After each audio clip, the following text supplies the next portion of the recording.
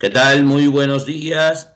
Muy buenos días, queridos estudiantes de la Academia Preuniversitaria Bryce. Muy buenos días con cada uno de ustedes. Los saluda el profesor Román Sonco del curso de Geografía. Espero que se encuentren cada uno de ustedes bien de salud. Y estamos en un nuevo día, en una nueva semana. Bueno, ya se va a acabar el mes.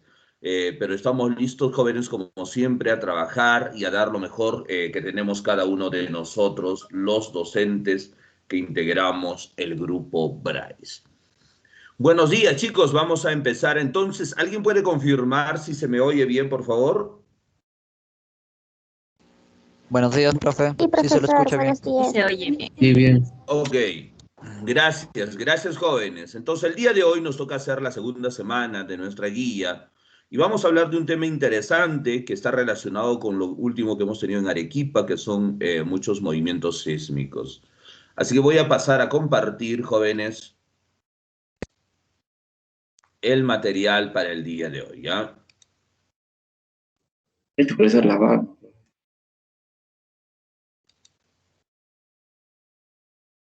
Diga.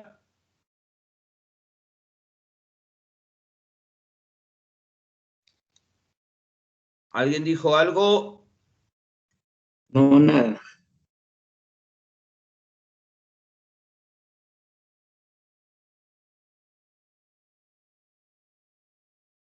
Bien.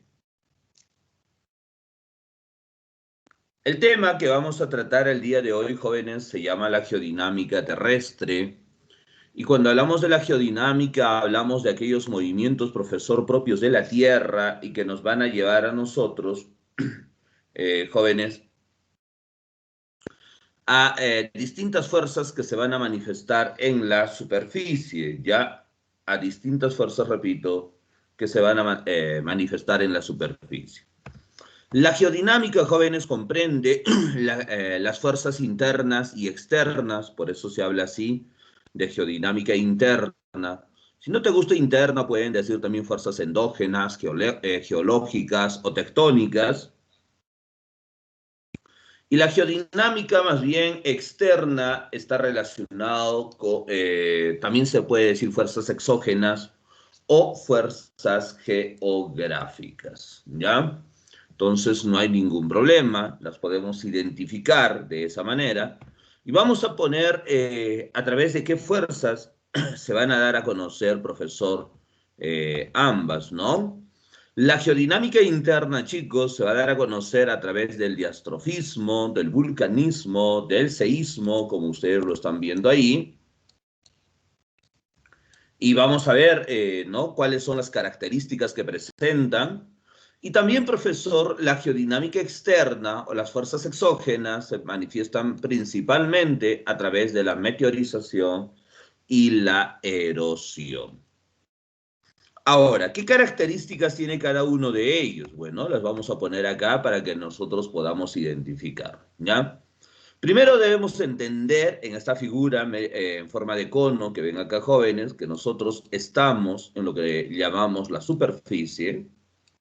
La superficie, como se dan cuenta, forma parte de la corteza. Debajo de la corteza está el manto, debajo del manto está el núcleo, ¿ya? Primero tenemos que saber esto, si no, no pensamos que está ocurriendo en otro planeta lo que estamos explicando, ¿ya? Ahora mira, una vez que sabemos esto, estamos en la capacidad, jóvenes, de afirmar lo siguiente, que la geodinámica interna me dice que se manifiesta ¿dónde? En la astenosfera, ¿cierto? Se manifiesta en la astenosfera. A ver, ¿cuál es la astenosfera? La astenosfera es una de las capas, jóvenes, que forman parte del manto. El manto que ven acá, que es la capa que está al medio, profesor, está dividida en dos. La astenosfera, que es la que está más pegada, jóvenes, a la corteza, y debajo está la pirosfera. Entonces, me importa en este caso solamente la astenosfera. Desde esta capa llamada astenosfera se tiene que presentar y llegar a ¿dónde? Hacia la superficie donde estamos nosotros. Por lo tanto, la flechita tiene que ser hacia arriba, como ven acá en la gráfica grande. He puesto flechitas rojas justamente hacia arriba. ¿Qué significa? Que actúan en contra de la gravedad y al actuar de esa manera se les llama agentes constructores. La gran pregunta es, profesor, ¿qué construyen? Y la respuesta es relieve. Fíjense ahí, nosotros estamos, repito, en la superficie y estamos rodeados de una serie de relieves como volcanes, cordilleras, mesetas, valles, depresiones, que ya lo veremos, lo analizaremos cuando empecemos a trabajar, jóvenes, relacionado a la morfología del Perú. Entonces, este relieve que uno observa aquí en la gráfica, profesor, es producto ¿de qué? De la geodinámica interna. Y para crear este relieve, estas fuerzas internas han requerido, jóvenes, de miles, inclusive millones de años, repito, para crear los relieves que nosotros estamos viendo ahí o que nosotros estamos observando. Miles, millones de años, ¿ya? Entonces, esas son las características de una geodinámica, chicos, interna. Repito, esas son las características de una geodinámica interna. Ahora, la geodinámica, profesor, externa, profesor, ¿cuáles son sus características? Allá muy fácil, usted la está viendo acá, mira, dice, inicia ¿dónde? En la troposfera. La troposfera es la primera capa atmosférica. La atmósfera es, profesor, el elemento gaseoso abiótico de nuestro planeta, que está formado por 5 capas, de ellas solamente nos importa la primera, profesor, llamada troposfera, que es la del fondo azul que ven ahí con algunas nubecitas. Esa es la troposfera. Desde la troposfera tiene que manifestarse ¿dónde? En la superficie donde estamos nosotros. Por lo tanto, tiene que ser, profesor, la flechita vertical hacia abajo. Significa que es una fuerza a favor de la gravedad, y al estar a favor de la gravedad, significa que son agentes destructores. La pregunta es, ¿qué es lo que me van a destruir, profesor? La respuesta es relieve. Todo el relieve que había sido creado por las fuerzas endógenas tienen que ser destruidas por estas fuerzas exógenas que se presentan al nivel de la superficie. Claro que si hacemos una comparación de tiempo, se requiere menos tiempo para destruir que para construir. Por eso es mucho más fácil, profesor, destruir un relieve, porque se hará en menor tiempo, que construir, jóvenes, un relieve. ¿Entendido, chicos? Muy bien. Si usted me ha entendido entonces, profesor, estos movimientos de geodinámica interna y externa son permanentes. Ojo, son permanentes, son constantes en el planeta. No es que solamente, no sé, pues cada hora o cada semana, profesor, se activa uno, se desactive el otro. No es así, jóvenes. Vale decir, profesor, si le estoy entendiendo, significa que en este momento, profesor, en este mismo momento, ¿hay geodinámica interna? Sí, de todas maneras hay geodinámica interna.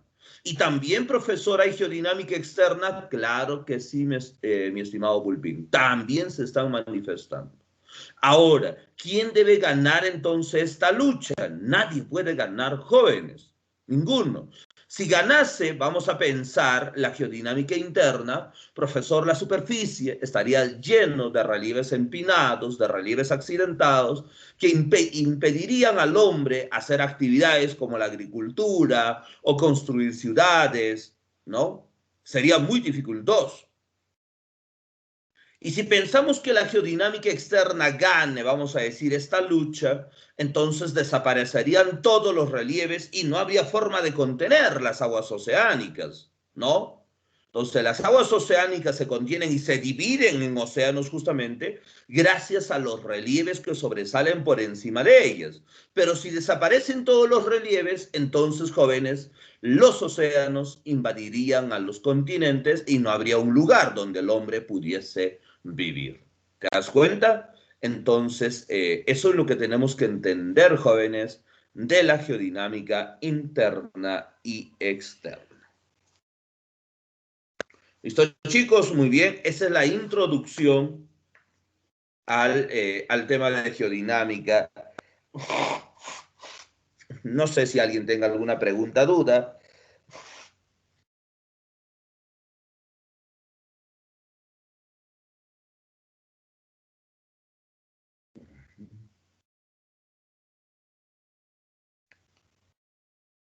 Hola, ¿están ahí, chicos? ¿O están durmiendo como siempre? Sí, profesor, sí estamos aquí. Sí, profe, Sí, estamos aquí. estamos aquí. Ah, y yo escuché, sí, profesor, nada más. Sí, profesor, estamos durmiendo como siempre. Excelente, muy bien, chicos. Durmiendo como siempre, estos pulpines. Bueno, vamos a continuar. Ahora vamos a empezar a explicar, jóvenes, cuáles son o cómo se manifiestan estas fuerzas, evidentemente, de la geodinámica, y empezamos con la geodinámica siempre interna. ¿Ya? Y en primer lugar, y el más importante, chicos, es el diastrofismo, ¿no? El diastrofismo. Listo. Este diastrofismo, jóvenes, es una terminología media rara, media complicada, jóvenes, y a veces muchos se pierden, pero lo resumimos acá en la academia de manera tan sencilla, ¿no? Que el diastrofismo, jóvenes, es el movimiento de placas. Yo pregunto, ¿dónde creen que estén las placas, chicos?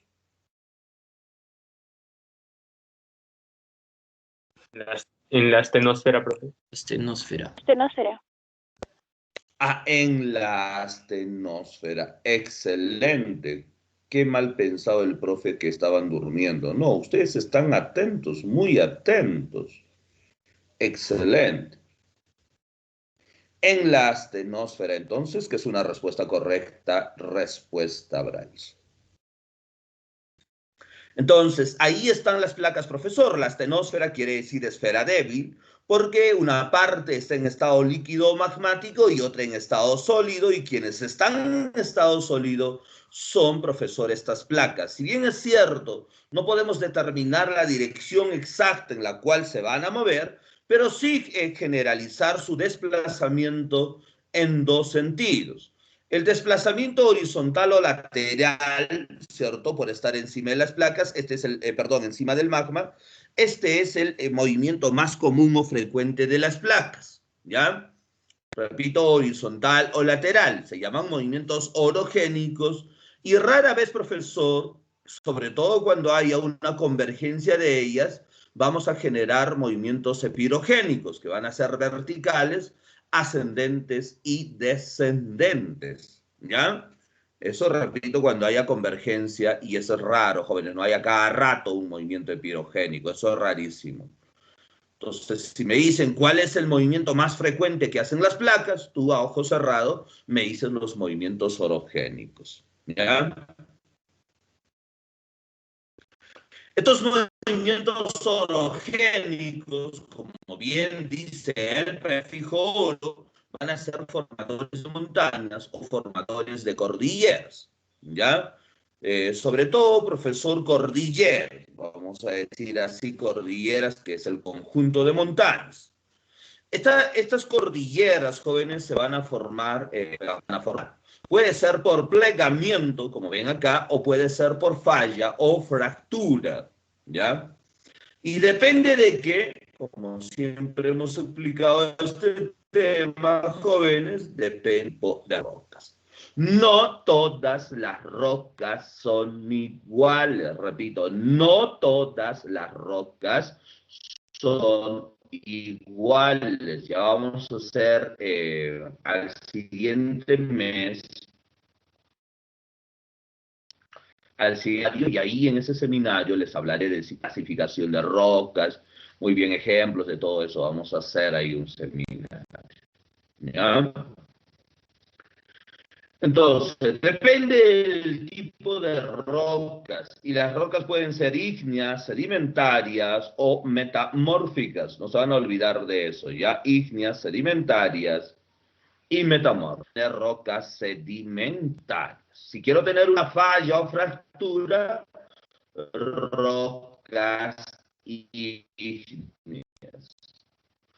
Profe, ¿y es solo porque usted lo dice o hay alguna razón? Bueno, bastaría con decir, ¿no? Bastaría con que lo diga yo, ¿no?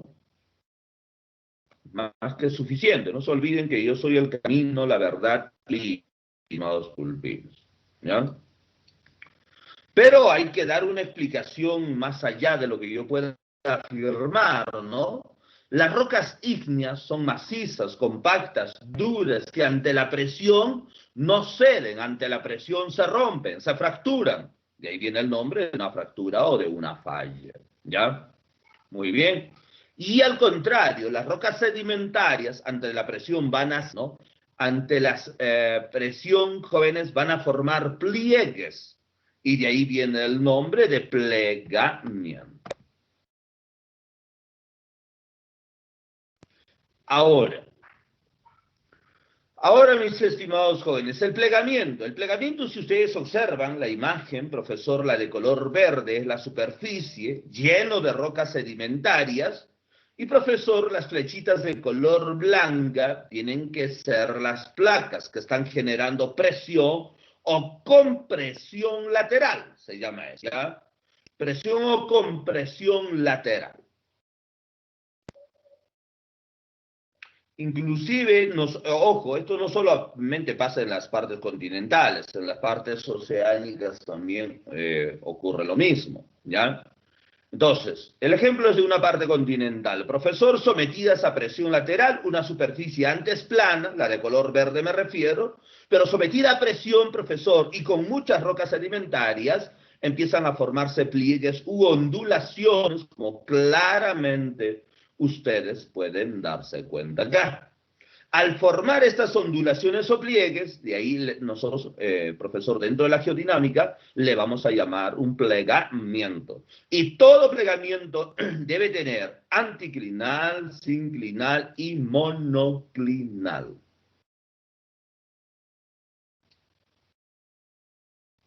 Ahora, chicos, vamos a intentar graficar un plegamiento, jóvenes, mucho más claro que el que tenemos acá en la imagen, debajo del logo de la academia. Ahí trataremos de graficar. Dense cuenta, este es un plegamiento también, ya, debajo del logo de la academia. Todo plegamiento va a tener partes altas, y por ser partes altas, le vamos a decir justamente anticlinal, ¿ya? Ese es el anticlinal, la parte alta, y entre dos anticlinales siempre debe haber una parte baja llamada sinclinal. Ahora, cuando esta superficie es sometida a presión, no todo se va a plegar. Parte de ella, profesor, puede seguir siendo plana, la superficie me refiero, ¿ya? Entonces, esta parte plana puede estar unida, profesor, a un anticlinal, o puede estar unida a una cera, nosotros le vamos a llamar un monoclinal. Esa es la condición para que haya monoclinal.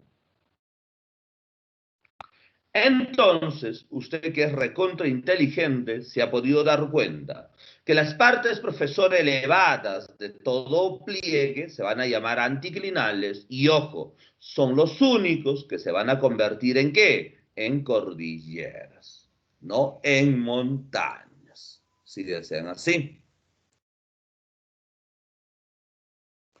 Los inclinales en depresiones. ¿Ya? Los inclinales siempre van a ser depresiones, ¿ya? Y, profesor, los monoclinales, como te decía antes, son partes planas, que puede ser una pampa, que puede ser una meseta, pero que va a estar unida, profesor, a un anticlinal o unida a un sinclinal. Entonces, ese es un plegamiento, estimados pulpines. Eso es lo que tenemos que saber de.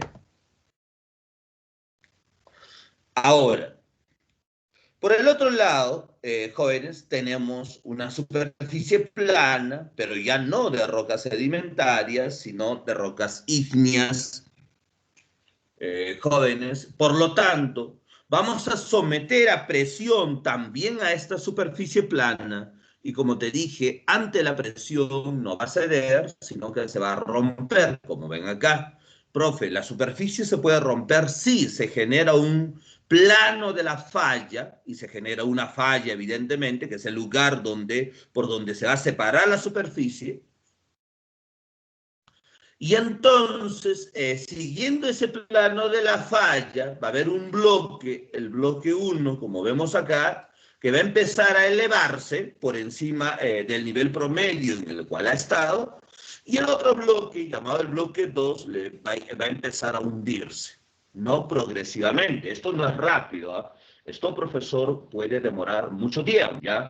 Mucho tiempo, jóvenes.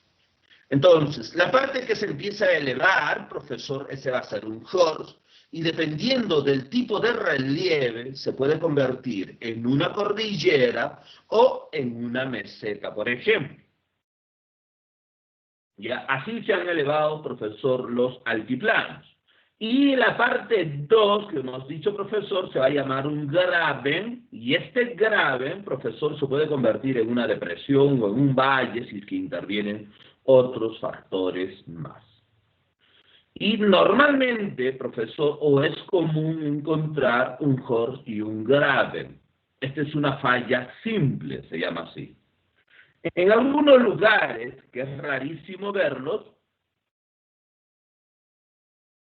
podemos encontrar fallas escalonadas. Vale decir, horst, graben, ¿no? Eso es raro ver, pero esta que es una falla simple es común, chicos. A ver, ayer me preguntaban unos jóvenes, me decían, profe, ¿dónde puedo ver acá en Arequipa un plegamiento o una falla? ¿Dónde? O sea, tengo que buscar, recorrer mucho. Y le dije, joven Bulbín, la falla y el plegamiento están más cerca de nosotros que el que nosotros creemos. Solamente que nosotros vivimos por vivir y no identificamos los relieves, por ejemplo, que están alrededor nuestro. Entonces, pero si usted observa con ojos de científico, se va a dar cuenta que hay plegamientos por todo lado y hay fallas también. Una de las fallas más grandes que tenemos acá en Arequipa es la famosa falla de San Agustín, ¿no? Muy bien. Y una variante, profesor, de una variante de una falla es una diatlasa. La diatlasa también, profesor, se va a romper la superficie porque va a tener rocas ígneas. Profesor, se va a generar una grieta o una fisura, como ven acá en la imagen, pero no existirá desnivel. Esa es la gran diferencia.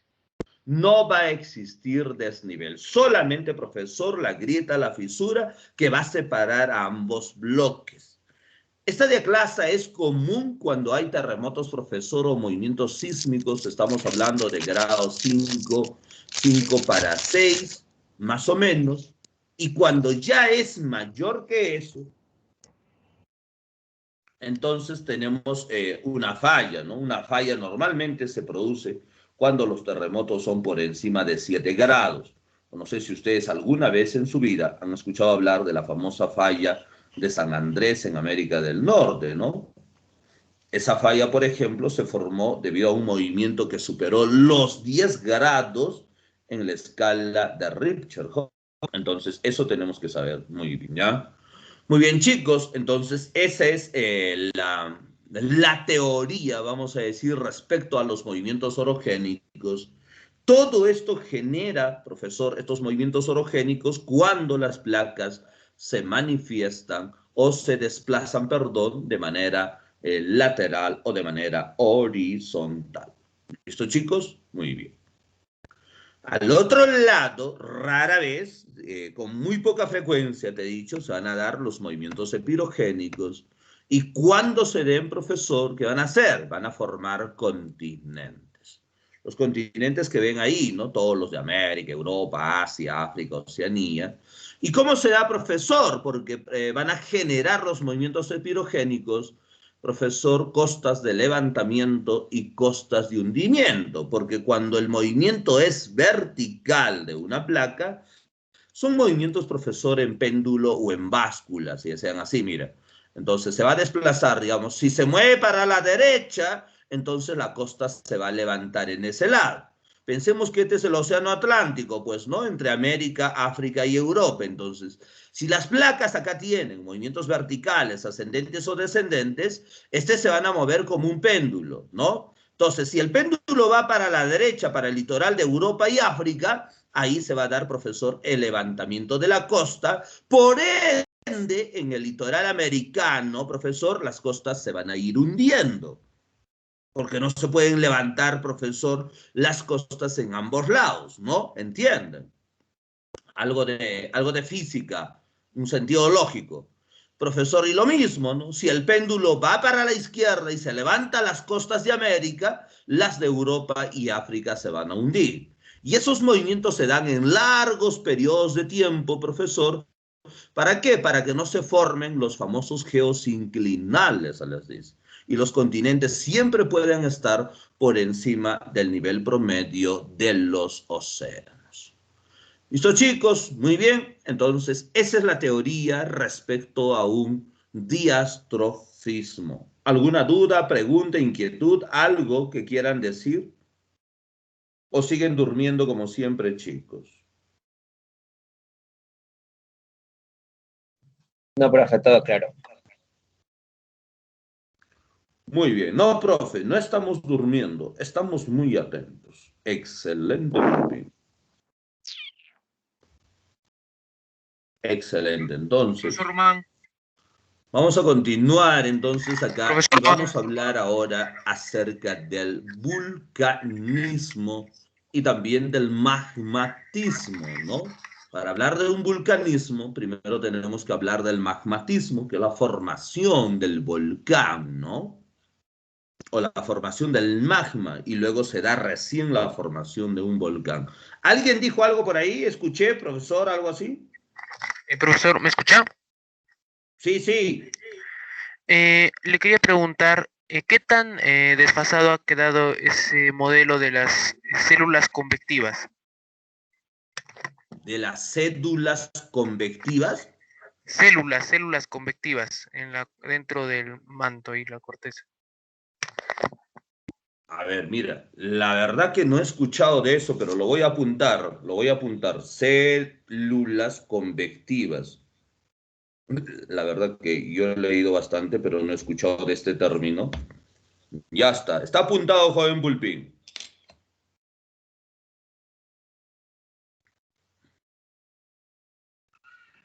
Listo, apenas tenga la información te lo comparto la siguiente clase o si no me escribes ahí en mensaje, ¿ya?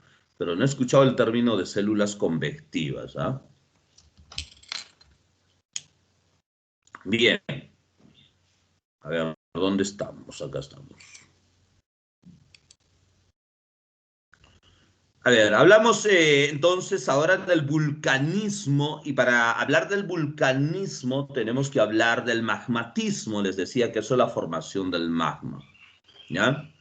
Y esta palabrita que ustedes ven acá y que lo voy a encerrar así, se llama, mira, zonas de subducción. Eso me tienen que marcar muy bien, jóvenes.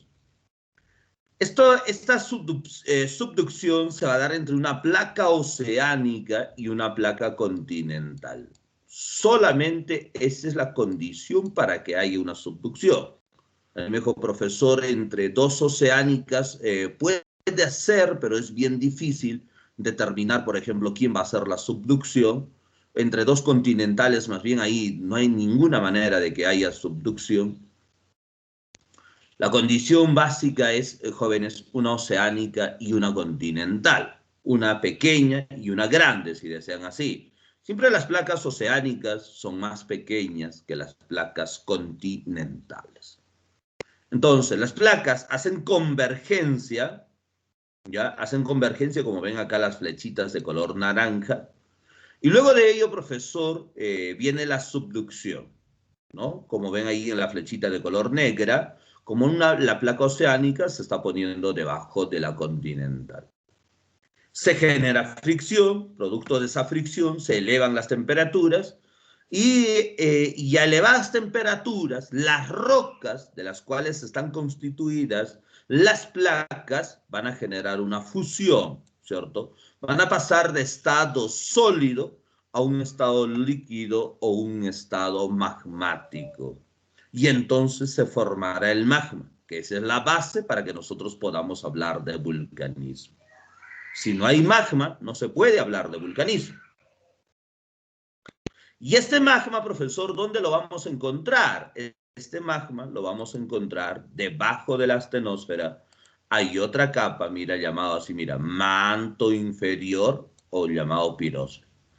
Pero, profe, usted dijo que las placas estaban en la astenosfera, es cierto, pero cuando hacen subducción, esta va a descender ¿a dónde? A la pirosfera. Y el magma principalmente se va a concentrar ahí. No estoy diciendo que no haya magma en la astenosfera. Ojo, la astenosfera tiene... está en, si desean, en dos estados, en estado sólido y en estado líquido magmático. Pero la gran concentración, profesor, del material magmático va a estar en el manto inferior o en la pirosfera, si desean así. Y por la composición que tiene este material magmático, constantemente generará explosión, generará contracción, liberarán gases y los gases generarán presión.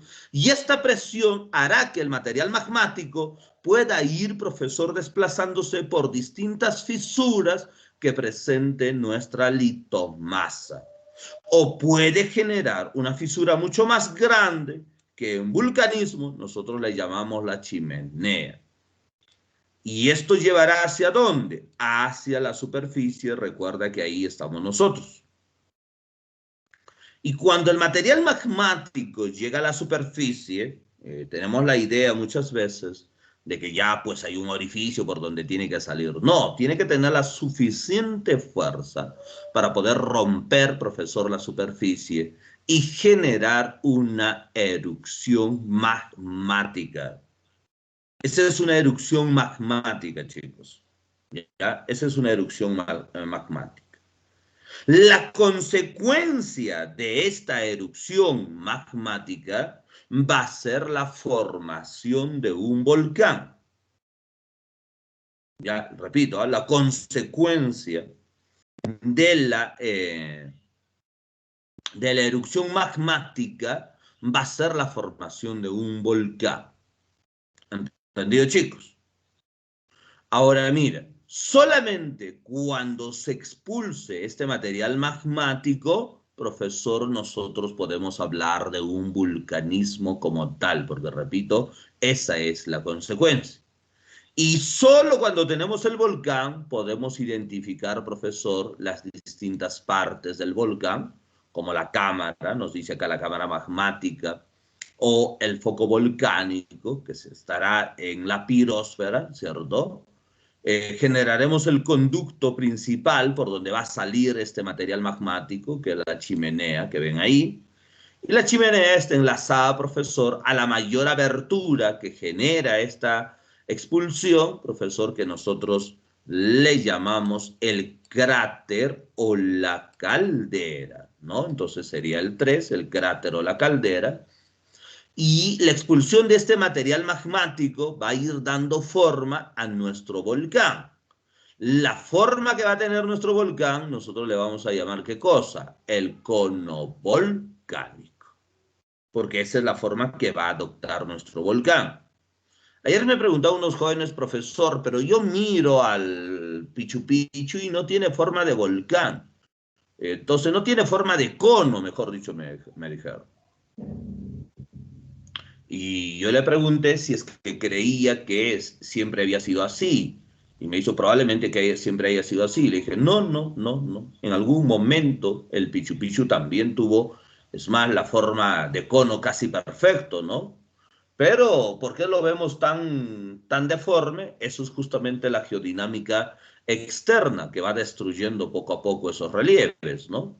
Y este cono, profesor, que tenga el volcán, va a determinar, profesor, la altitud del volcán, la extensión del volcán, dependiendo, profesor, cuánto material magmático haya expulsado, o, profesor, dependiendo del número de erupciones que haya tenido. Entonces, el magma o la lava, que es la denominación cuando ya está en el exterior, profesor, es el quinto elemento o la quinta parte constituyente de nuestros volcanes. Y eso es importante saber o conocer porque de ahí, jóvenes, nos van a salir todas las rocas, ¿no? De una erupción magmática, profesor, nosotros vamos a tener la formación de rocas ígneas, ¿no? Y las ígneas se convertirán, como les decía antes, en sedimentarias. Y las sedimentarias se convertirán en metamórficas. ¿Listo? Y ese es el ciclo de las rocas, les decía que vamos a hacer en un seminario al mes siguiente. Que ya no falta poco, ¿no? Ya falta un día, 2 días, creo, para empezar el nuevo día. Listo, chicos, ese es el vulcanismo. Ahora, quiero que entiendan una cosa acá muy, muy importante. No todo el material magmático, listo, que viene desde el manto, tiene que salir necesariamente al exterior. O sea, no todo el material magmático siempre tiene que generar una erupción magmática. Ya, no todo. Entonces, por eso se habla, profesor, de un vulcanismo extrusivo y de un vulcanismo intrusivo. Entonces, cuando sí logra romper la superficie, causar una erupción y formar un volcán, y luego de eso, profesor, generar la formación de rocas, entonces estamos hablando de un vulcanismo extrusivo.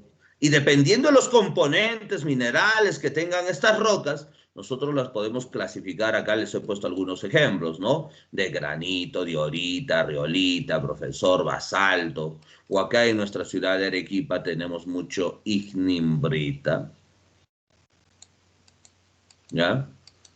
Tenemos mucho de eso.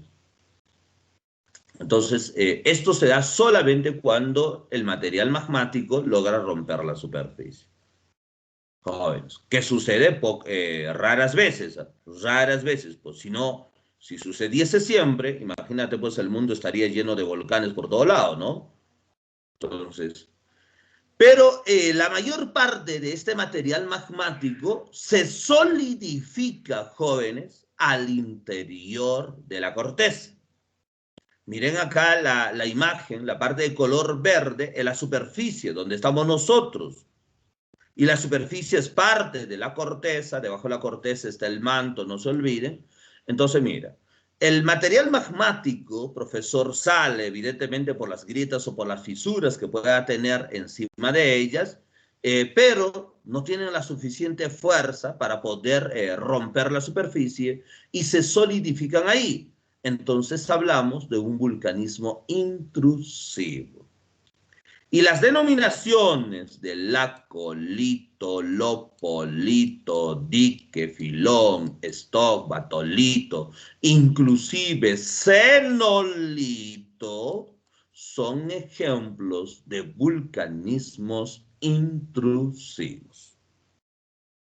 Y eso es mucho más común del que nosotros creemos, estimados jóvenes. Muy bien. Entonces, esa es la teoría acerca del vulcanismo Pulpines. Hasta ahí, por favor, alguna pregunta, alguna duda, alguna inquietud que tengan. Sí, profesor. ¿Podría repetir la parte de extrusivo? Vulcanismo extrusivo. El extrusivo es cuando pues el material magmático logra salir, profesor, del interior hacia el exterior de la superficie, logra romper la superficie, ¿no? Entonces, ese es el vulcanismo extrusivo. Y depende, como te decía acá, del material, aunque el material ígneo magmático en un 80-85% está compuesto de silicio, ¿no? Entonces, dependiendo de eso y la combinación de otros elementos más, va a generar, jóvenes, este vulcanismo extrusivo. Eso es lo que nosotros tenemos en la superficie. Ya, gracias, profesor.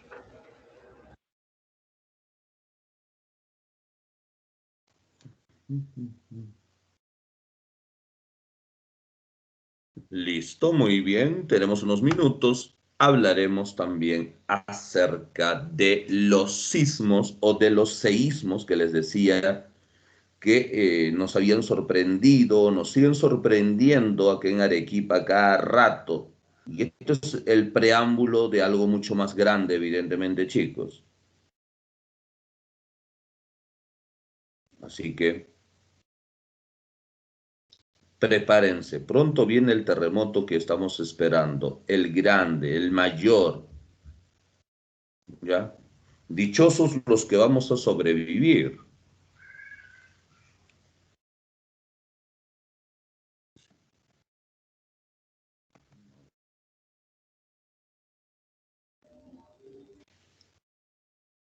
Hablar un poquito más de ello, por favor.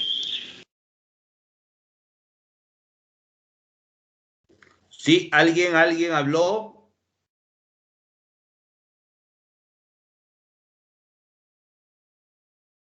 Que me interesó mucho lo que usted estaba diciendo hace un momento y me gustaría escuchar más, por favor. ¿De qué, de qué?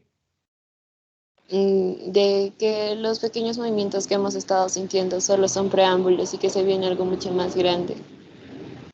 Así es, se viene el apocalipsis bíblico, hijita. Pronto vamos a tener un terremoto de grado 8 más o menos. Y va a ser justo antes del examen de la UNS. Y, Profe, si sobrevivo, menos competencia. No, Ajá. te voy a hacer competencia. ¿De qué habla este pulpín? No le entiendo.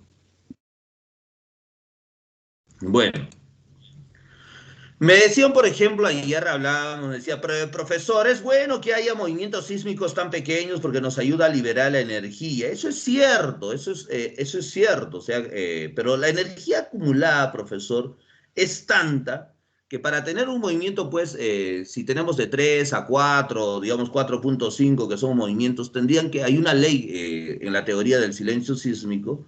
Se dice, oiga, tendría que ocurrir una vibración de eso cada 5 minutos. O sea, un movimiento sísmico de 5 grados cada 5 minutos para, digamos, que no se presente el gran movimiento sísmico que estamos esperando, ¿no? Entonces, los especialistas, al contrario, dicen, ¿no? Cuando hay una secuencia permanente, digamos, de pequeños movimientos sísmicos, es el preámbulo de algo mucho mayor, ¿no? De algo mucho mayor, jóvenes. Así que prepárense. Parece que no solamente el COVID nos va a destruir, sino también el gran terremoto que estamos esperando en la parte central, sur y la parte norte de Chile, ¿no? Prepárense, chicos, prepárense. A ver si acá como alguien escribió, ahora mi choza dice, bueno, ni modo, joven Pulpín.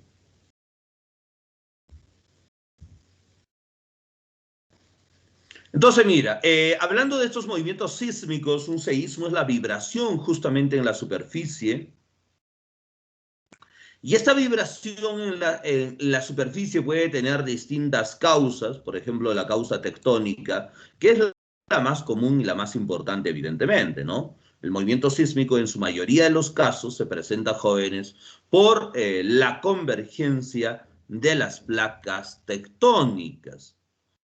Y también, jóvenes, podemos hablar acerca de una causa volcánica, que es cuando el material magmático, profesor, que está saliendo, ¿no? Desde el interior, desde el foco volcánico, por la chimenea, profesor, roza evidentemente con las paredes de esta chimenea y genera una vibración.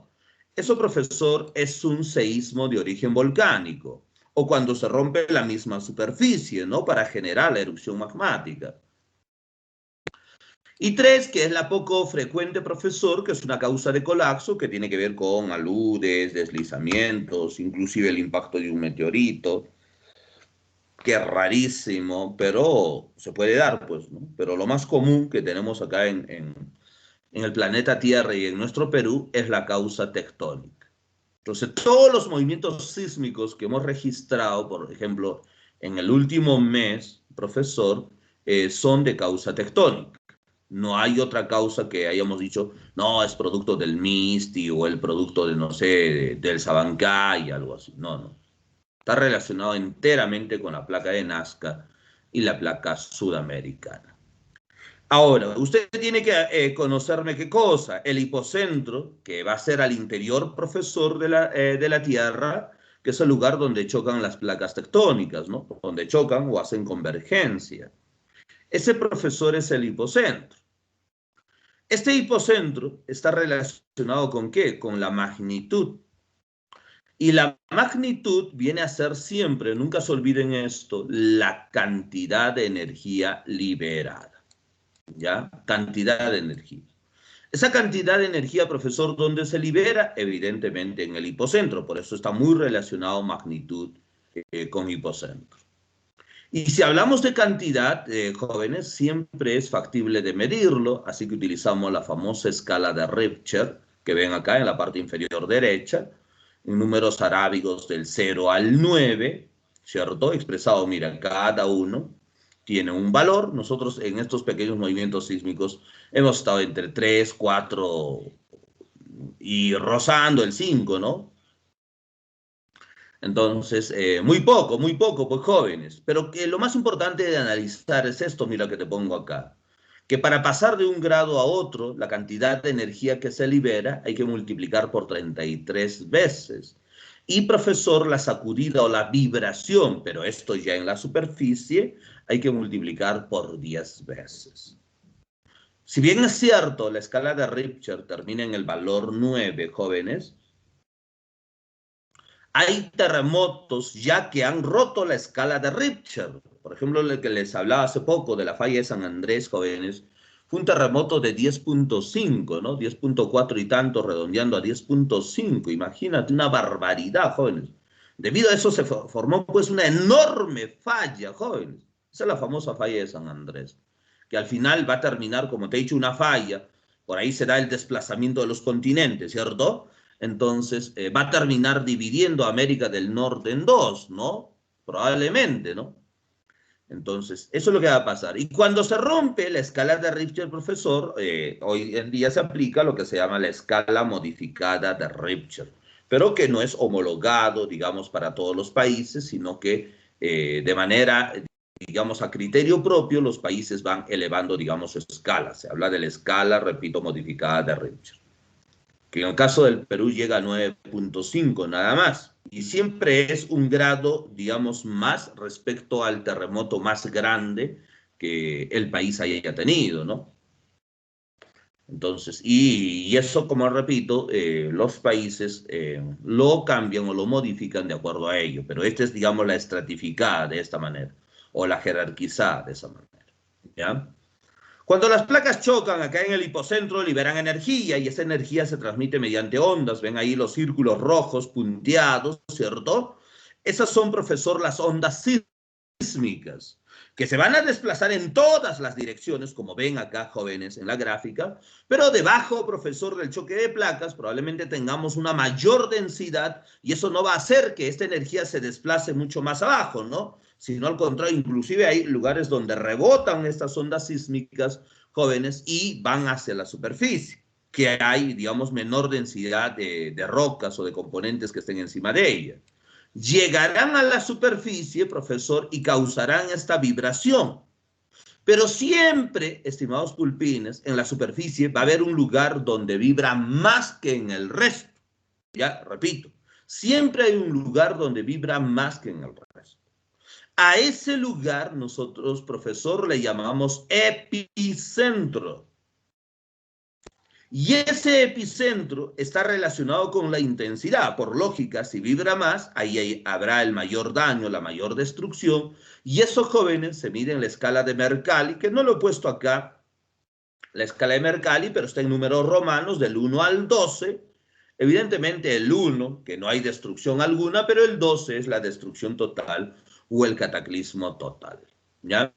¿Quiénes son los encargados de llevar esta energía, profesor, hacia la superficie? Las ondas, justamente, las ondas sísmicas, que son las P y S, que son las ondas internas, que no generan ninguna vibración o seísmo por la alta velocidad en la que se desplazan. Por eso en un sismógrafo tienen muy poco vaivén, como ven acá.